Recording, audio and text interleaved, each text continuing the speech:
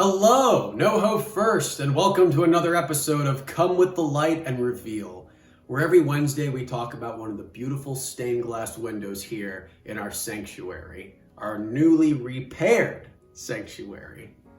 Today, I have the story of perhaps the greatest missionary of all time, St. Paul.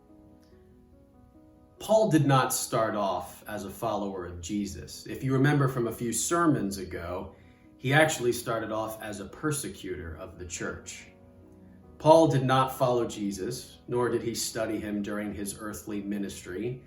Instead, Paul studied the strictest teachings of the law of Moses. And based on those teachings, he didn't see Jesus as a Messiah. He saw him as a threat.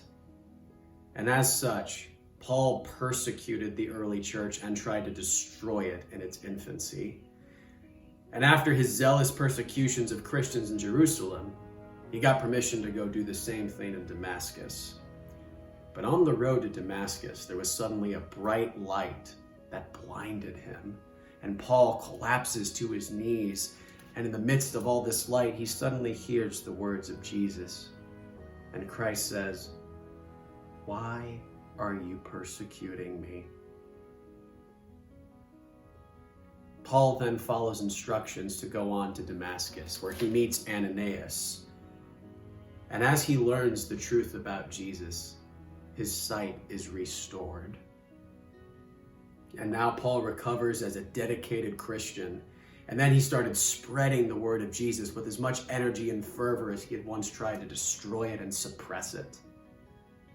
The Christians in Jerusalem, however, remembered how Paul had treated them, and they didn't trust him. So to avoid trouble, Paul left Jerusalem and went to preach to the Gentiles. He traveled throughout Asia Minor, through Greece, and into the heart of Rome. He established many churches on his missions.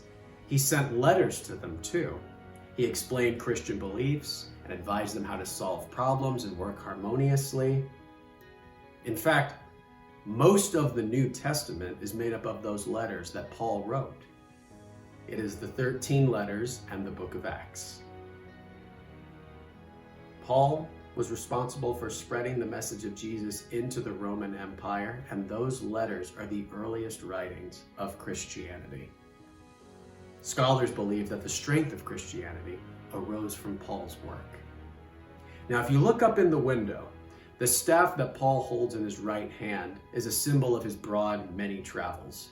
And in his left hand, he's holding a lot of loose papers, which symbolizes all the letters that he wrote. Paul's traditional symbol, which you see on the other side of the window, is a sword under an open Bible. The sword recalls the violence of his early persecutions, but the hilt of the sword forms a cross to demonstrate the power of his conversion. The Bible is a tribute to his commitment to writing and teaching. Paul referred to these elements when he spoke of the sword of the Spirit in the book of Ephesians, where he says, "And take the helmet of salvation and the sword of the Spirit, which is the word of God." This window of St. Paul was dedicated to our church on June 21st, 1992, in memory of Alfred Hamilton Roebuck, as a gift from Reba Roebuck, their family, and friends.